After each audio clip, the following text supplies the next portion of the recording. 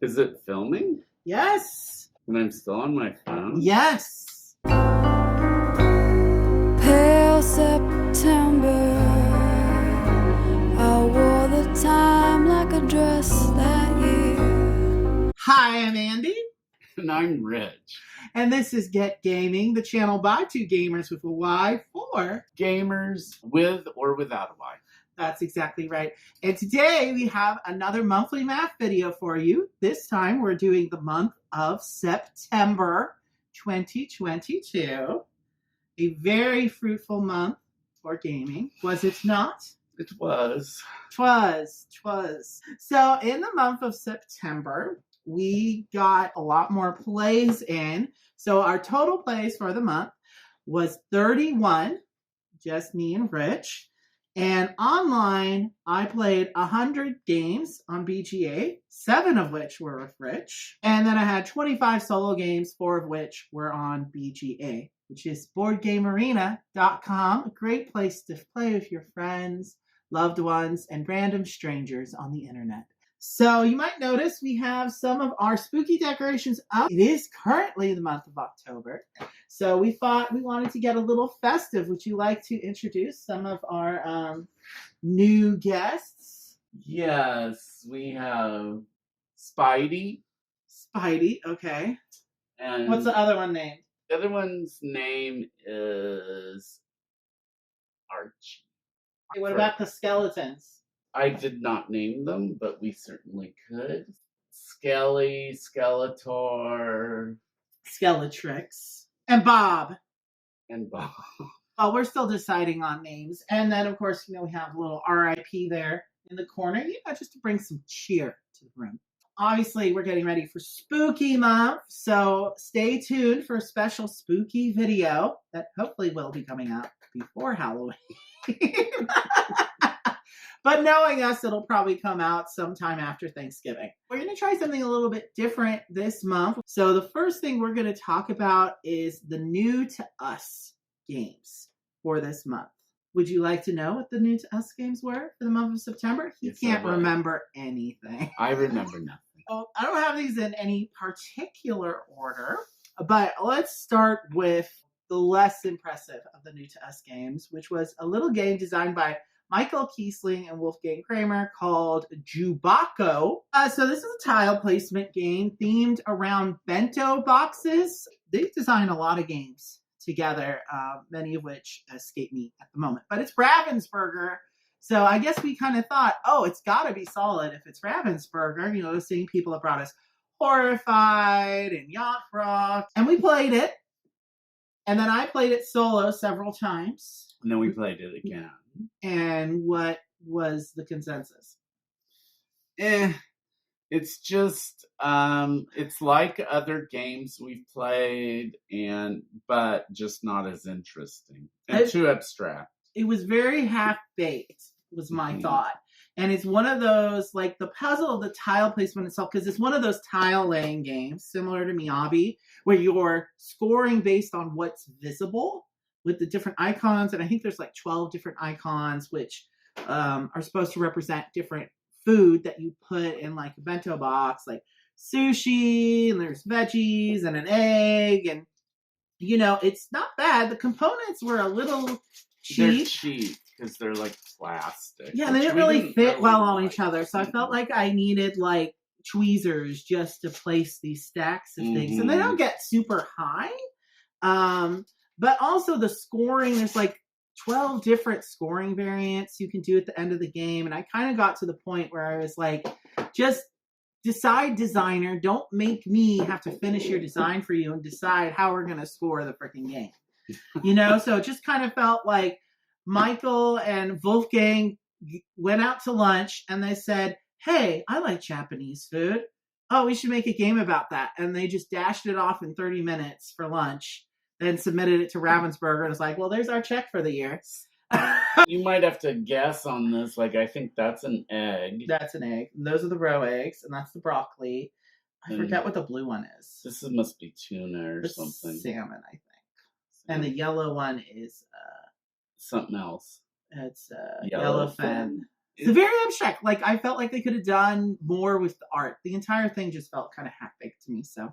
Yeah, That was Jubako. Also, this month we played another abstract tile placing game, but it was on BGA, and that's called Seikatsu, which that was fun. I like that one. It's very interesting because it's a Zen garden theme, so it's another Japanese theme.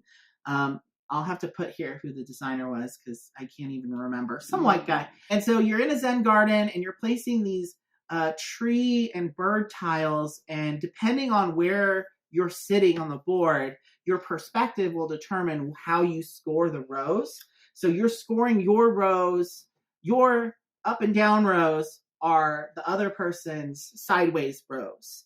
And so you could be placing something that could help the other person score better or worse. And you have to, kind of. And vice versa. Yeah, you're going to do that. It's very tight. It's very quick and breezy. It's a really good tile placement game, I think, because I like that unique twist with your perspective changes how you score. That's what I like the best about it, too. I like that you have to...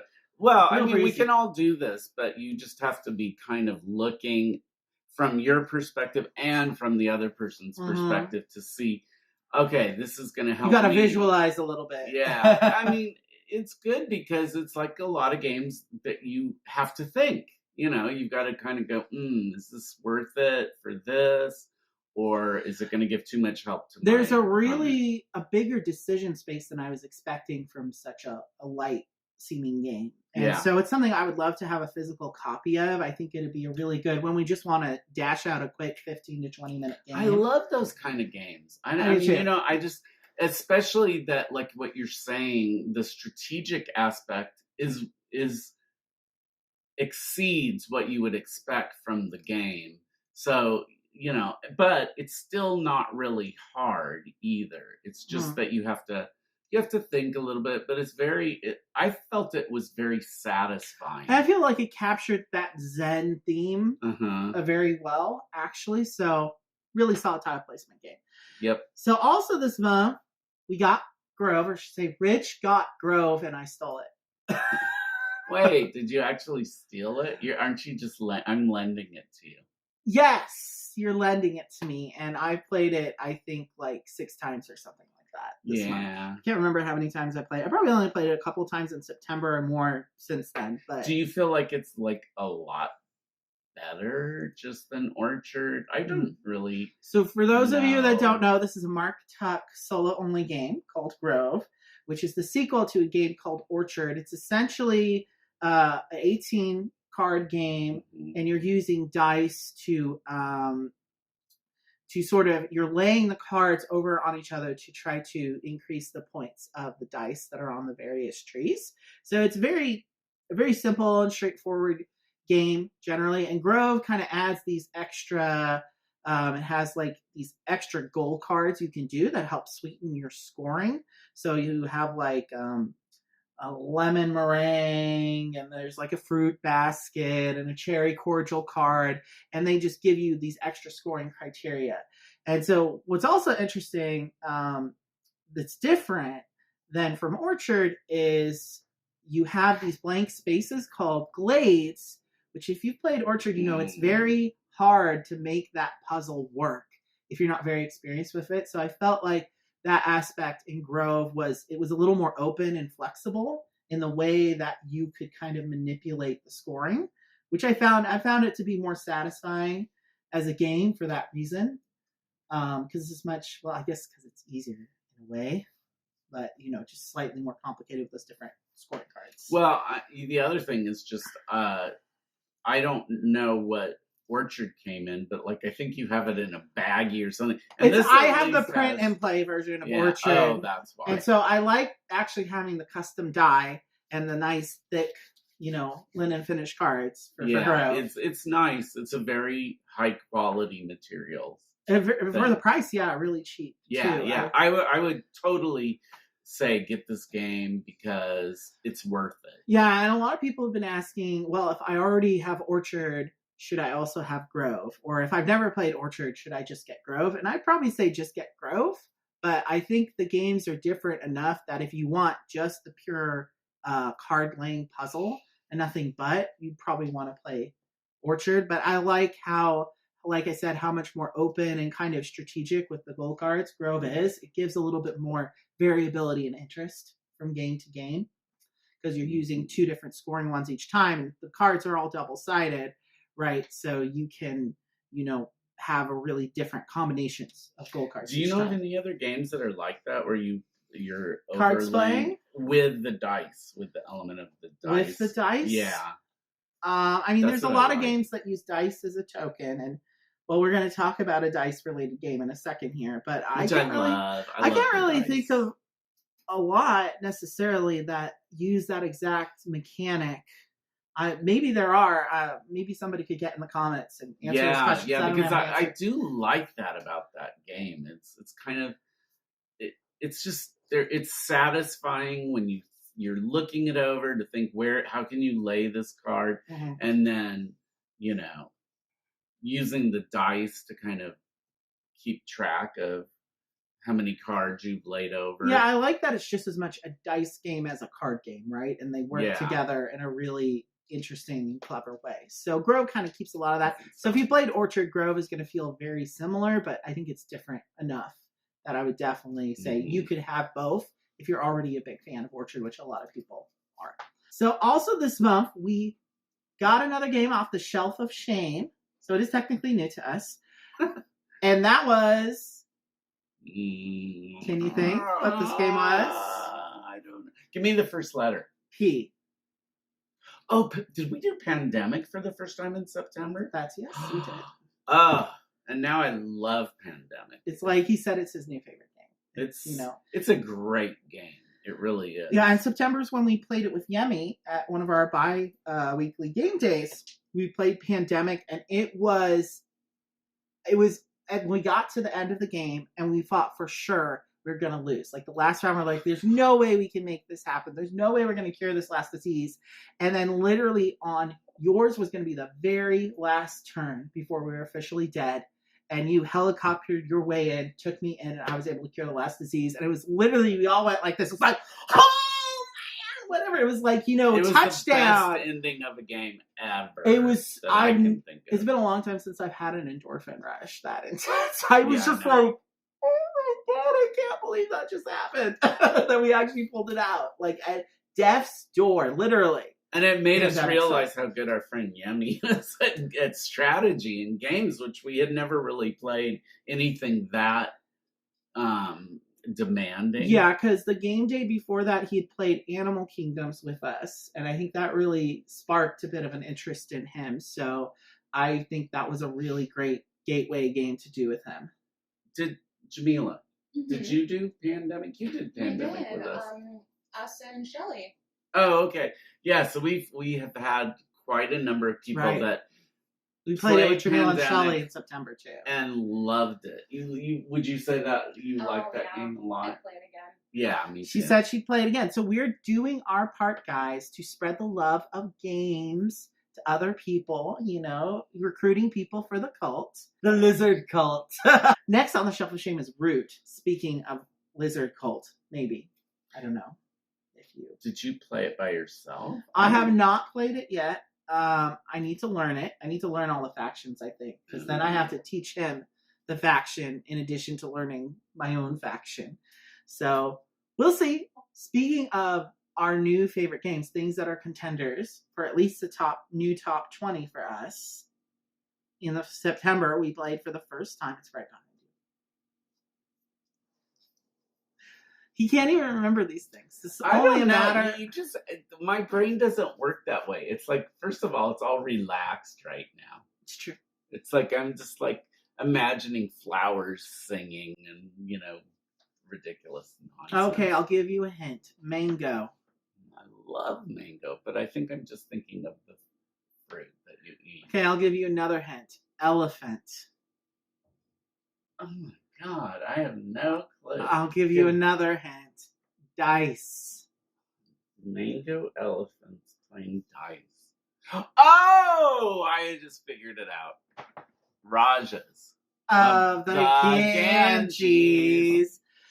Yes, so I was thinking of a game that I thought Rich would like. Mangoes? No, they're in India. Is that a part of the game, Mangoes? Well, there's an expansion that's like mangoes. Okay. It's like the mango farmers or something like that. All right. It's like a little mini expansion. I'm trying to think what else. There's a lot of palaces. Anyway, I was trying to think of a Euro game that was also a dice chucker because Rich really likes chucking dice. And Even though I'm awful at it, this You guy got is the worst so good. I'm at constantly rolling getting dice. 6s. Constantly. Yes. Or 5s. It's like, oh man, that's so frustrating. And also, he was really pissed off because it took him forever to win against me because I don't know that particular game. The puzzle and the way that it all kind of works together was really clicking for me. And I just, no matter what I did, I couldn't lose. I was trying to lose. You must have won like 6 or 7 games in a row, I think, before I finally. At least. And then the first time that I won, he was sick, so it didn't even really count. I was barely conscious. Yeah. And then it's like, no. And then I think you won like 2 more times before I finally legitimately beat you. Well, yeah, because we decided to just finally add in the Navarantis variant. So there's like this expert variant within the box, and it gives you like these extra tokens. So first off, Rajas of the Ganges, designed by Inca and Marcus Brandt, and published by Hutch Games. Yes. Pandemic might be my favorite just because I love cooperative games, but this game is probably my favorite competitive game. Yeah? What do you like about it? Oh, It's a worker placement game, by the way. It's like, what I love is just how well designed it was. Like Right. Andy's saying, there's no bad roll on this. It's just that you have to come at things a different way. Right, because depending there's on what you certain get. spots. So 6s obviously are valuable in the sense that dice are a resource in this game. So you're rolling the dice, and based on the pit value, that's basically like how much money you have to buy new tiles to help unlock different bonuses. But there's also a river track here where you need to spend 1, 2s, and 3s in order to move along that river and get this other track of bonuses. Kind of similar to Agitsia a little bit, if you're familiar with that game. And what's really interesting is just the way everything works together. And the really unique aspect of this game is there's 2 opposing tracks. So you have money going this way, which you're constantly using to get more dice and other things in the game. And you have a fame track going the other way. And then when they cross, triggers the end of the game. And the person who crossed the farthest is the winner. Kind of similar to Arc Nova. Also uses that mechanic. Yeah. But this did it first. This game's like 5 years old. It's not super heavy. I mean, if you played other worker placement games, it'll be pretty easy for you to pick this game up. But it really feels more like a race game. What I love than about anything this else. game is, aside from how exciting it is to play, and he's saying it is a race game. I'd say it's an just- average of 7 rounds max. I feel like this, some games are kind of fiddly, and, I've complained about Sure. that before. This one, I feel like everything is, all of the pieces matter in this game. It's like you really feel, like for me, and I'm not like a huge game real estate developer or something, but in Sure. terms of just interacting with the entire board and stuff, I feel this game is like, it is my level of what I like about games.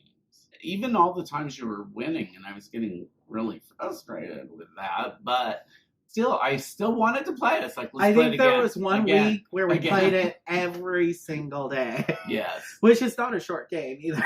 And I kept losing, but I still wanted to play it again.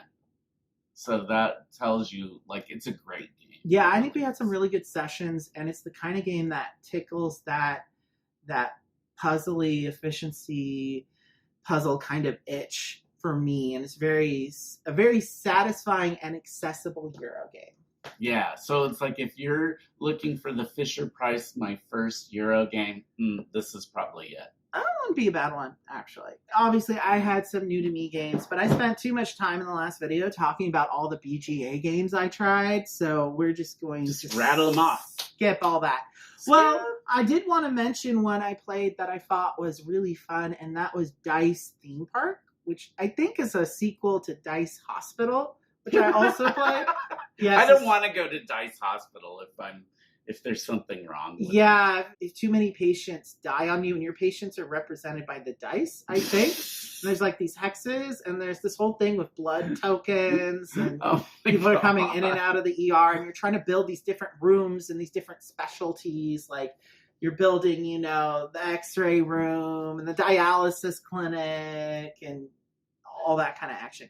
It was okay. I like Dice Theme Park a little bit better, not just because of the theme, but the way it worked, I don't know, clicked with me a little bit better. So that was a really fun game. So if you're looking for, more games to play online, that could be a fun one to check out. I wanted to get to our most played games.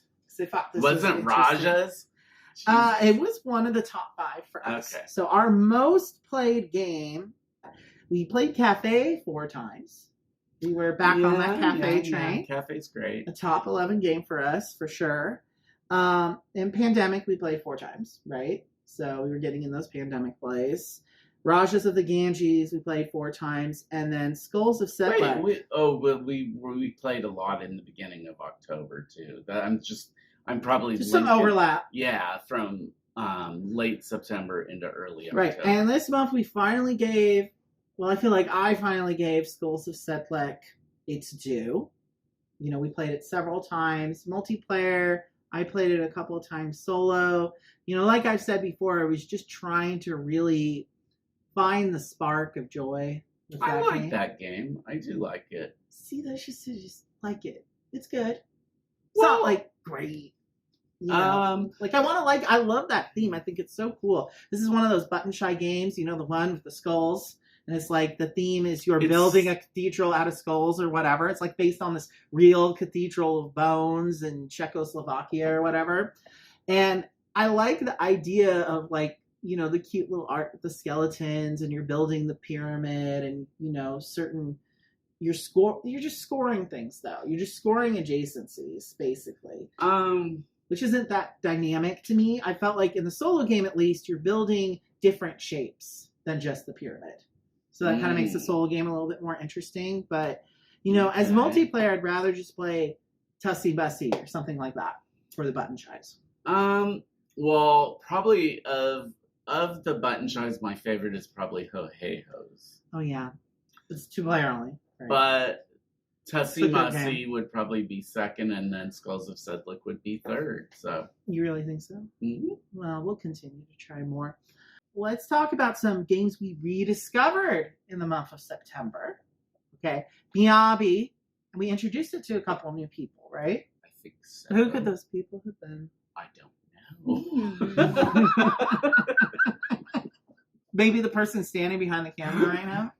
Oh, did you play Miyabi for the first time recently? Did I play Miyabi? Oh, good. She doesn't remember either. Good. She didn't finish the game, technically. She had to leave. Oh, it was only okay. half. Maybe that's why. Whatever. You're moving the little pagoda things. Oh, You're building your Zen garden. We only got to 3 levels, and then I had to leave. That's right. She's not halfway But through. was that your first time playing it? Yeah.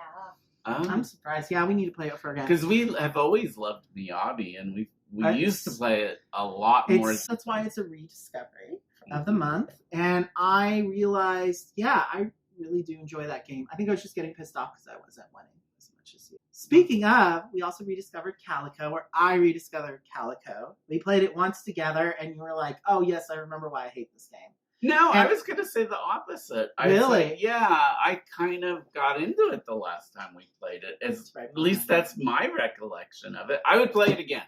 So that's all that matters. It's like you don't even need to know what was true or what's not true, or if I'm making it up or whatever, because I just said I would play it again with you. Yeah, and I started getting back into the solo campaign of this game because this is a really good solo game. And I was playing it again solo, and I just kind of stopped. I think when we were playing together, actually, I stopped and said, I really love this game. I just remembered how much that I loved it. And so, I was glad Calico came back into my... It is. It's a very tight decision space, and that it makes your brain melt. This is a brain melting game, for sure. And that's what I like about it. And because remember, when I did the solo campaign, I played it 6 times in one sitting, just to break 50 points on it. So once you get to that point and you've just melted your brain and like reshaped it with a gelatin mold, that's basically going through the solo campaign is a little bit like that. And I do have to say one thing too. I feel like cats are a little overused. It would be better, in my opinion, if it was guinea pigs or rabbits. That's fair. Another game we rediscovered in the month of September was Animal Kingdoms. I think we mentioned already we played it with Yummy, and he really liked it a lot. And see, that's what I felt when we first played Animal Kingdom. I wanted to play Jamila it a played lot it too. more. Hi, Jamila. What's that? I just wanted to model Animal Kingdoms. That's right. Animal Kingdoms is a game of area control, and doing what they do on the Discovery Channel? That is not what you're doing in the game. As designed by Steve Aramini of Sprawlopolis fame and published by Galactic Raptor Games. Good job, baby. Did they have other games? Oh, I want more Raptor. Jamila just went, yeah, this is a really good game. You should definitely play it. Love this game. Love it. Absolutely wonderful game. And we also rediscovered Odin's Ravens. We played that again in September. It had been a really long time. 2-player only game. Who won? I did for once. Oh, good. You usually win at that game. And of course, we discovered Jamila's favorite game, Yacht Rock. It had been a while since we played it, huh? Here's Jamila, come talk about Yacht Rock. As designed by Prospero Hall and published by Ravensburger, I'm pretty sure. Can I just preface it, too, by one thing? Yes. We got Yacht Rock. I got Yacht Rock from Jamila for my birthday. Yes. It was a present. And then we played it, and we loved it so much. And then Jamila wanted a copy. And now, most of the time, like we played it recently, we usually are going over to her place, and she has a copy, so I don't have to bring it. We played it once or twice, just the two of us, but I think it's a much better multiplayer game. Why don't you talk about Okay, your thank you, favorite baby. So, Yacht Rock. So, picture it. It is the late 70s, early 80s-ish. I would say. Groovy. So, we're on a boat. Mm. That boat is a yacht. Mm. Music and tunes are happening. Mm-hmm. Fashions. Mm-hmm. We're cutting hit records. Cutting them. I feel so good. That game, as far as the theme goes, I have to say, Yacht Rock makes you feel the best. It's like, look at all these records I made. I mean, look at all the clothes. Picture the most like sun-drenched game that you can imagine. Sunny, snappy tunes. Yeah. You know, cutting records and cutting the rock. You got to get to that party, that Malibu Beach party. Is that the too. rock? There, I'm too young to know about that. Yes, I can remember I was there. He was there. He was there in the 70s. What do you like about the game other than that little top with the we always the Swiss Army top. The Swiss Army top. Making the outfit that is the most on theme. AKA trashy. I like to make my outfits as trashy as possible. I can't tell you how many times I've gone wearing nothing but like a hat and shoes. It's that kind of yacht party. Yeah. It's exactly that kind of yacht party. What is it? The yacht christening? There's different parties you can go to at the end of each round. Something at the Beverly Hills. There's the Ventura Amphitheater concert. Palm Springs. You can go to the Music Awards show. Something. Catalina Island. Oh, yeah. Weekend. We're sounding crazy for anyone that has never played this game or knows what it's about. The best part of Yacht Rock is getting to spend time with those you love. And I think that's one of the best birthday gifts I've ever gotten. Oh. I think it's a very fun party game, yeah. It is good. My favorite part about that game, though, is the little rondelle, the way that you draft the cards off it's shaped like a record, like a vinyl record, and you have the different spots with the cards, and each time you take cards out of a spot, you have to refill the adjacent spots. So as the round goes on, there's more and more cards piling up in each of those spots. So you can just go and be like, well, I'm going to take a fistful of clothes, and I'm going to sell some to the thrift shop, and then I'm going to use the rest, so these sunglasses, so I can get a lot of points when I go to the Los Angeles Music Awards. So I have the game for you, by the way. Oh, you do? But it's a surprise. What was your favorite gaming experience of September, baby? Probably discovering Pandemic. I agree. Especially that game we played with Yemi was just that moment at the end when we pulled it. It felt like a miracle. It just did. happened. You saved humanity. Thank you. You're welcome. Please come again. Well, that was the month of September. Remember to like and subscribe and share some of your favorite plays from the month of September, if you can still remember it. Be gay. Do crime. And remember to always Get gay gay men. Because that's what she's giving that line. That's it. Or are we gonna open? Where did my glass go? Did you want to open the champagne? That's fine. I said it was on the internet. I already said it was a website, right? Yeah, So why did I say on the internet? because redundancy. I wanted to emphasize the strange element. Maybe. It's just fluff in here. It is. It's fluff, like a little marshmallow brain. You don't get the soft unless it's made of marshmallow. That's right. Don't get confused with Chewbacca. Do you want to? It was right here. Yeah, it was right here. Oh, here it is. It's Yeah. right there. Not to be confused with Chewbacca. Did you already say that? Yes, I did. And many other titles you might find in Target, I guess. Guess that should have been our first clue. This But- came from Target, didn't it? I think. No, where'd you get it? I don't know. He bought it because he wanted to cheer me up. Isn't that sweet? Yeah. So next on the shelf of shame. You missed Ah! that. But Animal Kingdoms, and for a while you were like, nah, I don't feel like playing that. Look, why is she getting on the floor? It's an interesting little rondel game, and you're playing cards to claim different majorities. And She left. She just floats in and floats out. We did say and remember to get be gay. be gay. Okay. Well, no, Remember, be gay. and get. I have to do the do crime. Yes. Amen. Okay. I didn't know I had to do the do crime Yes, part. you've got to do. Amen.